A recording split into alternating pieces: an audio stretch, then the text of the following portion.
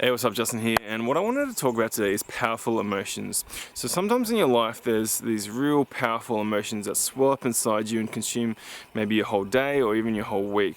So there's a couple ways to go about these in terms of navigating the world and yourself that can really determine a lot of your success, and these emotions can also often lead to sometimes mistakes as well. So if you think about it in a certain way, it can be really strategic and beneficial for you.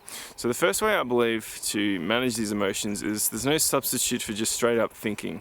So whether it's just going for a long walk or a long drive or just sitting there and meditating or staring at the mountains, there's no substitute for sorting out your thoughts and trying to manage yourself in terms of your intellect while you're dealing with these emotions.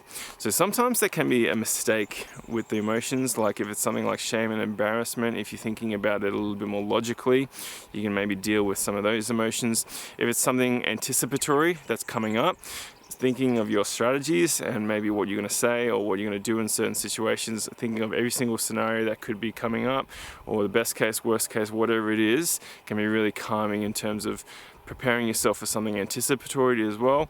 Or if it's something that's triggered you and you're dealing with the aftermath of some powerful emotion, just sitting with that and maybe dealing with it in terms of why it triggered you in the first place is just, there's no substitute for just thinking those thoughts out and getting those in your head. The second thing that's positive with these powerful emotions is being curious about them. So trying to think deeply about what the emotion is trying to tell me, and maybe if it's got some value or some benefit to who I am as a person in terms of why I experienced that emotion in the first place. So maybe you need to build a little bit of empathy for that certain scenario or that certain emotion with other people who might be going through that. Maybe if it's a strong feeling of injustice, maybe you're trying to work out your own moral compass and your own creativity. Anything to do with self-development is going to be important when you're trying to manage these emotions, and being curious about them and just trying to uncover why they existed in the first place and what's beneficial about them. The third way is to be grateful for them. So if you've ever experienced some kind of deep depression where you just feel zero emotion at all, then any emotion at that point you're going to be grateful for. So any emotion, literally, even some people might even try to experience pain to get out of something like that, is going to be beneficial. So these are those real life moments that you need to be grateful for in any sense, because you're going to look back on these fondly at some point, even if they might be uncomfortable at the time being. They really do force you to think things through, to be curious and uncover what they're about, and also they're just part of life's roller coaster.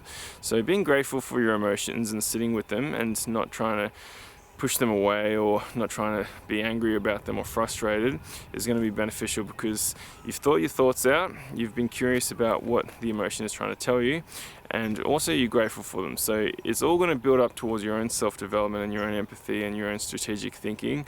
So you just need to enjoy the roller coaster and accept those powerful emotions and go ahead with a stronger version of yourself. So I hope you guys are getting some sort of value from this video. I'll catch you guys next time.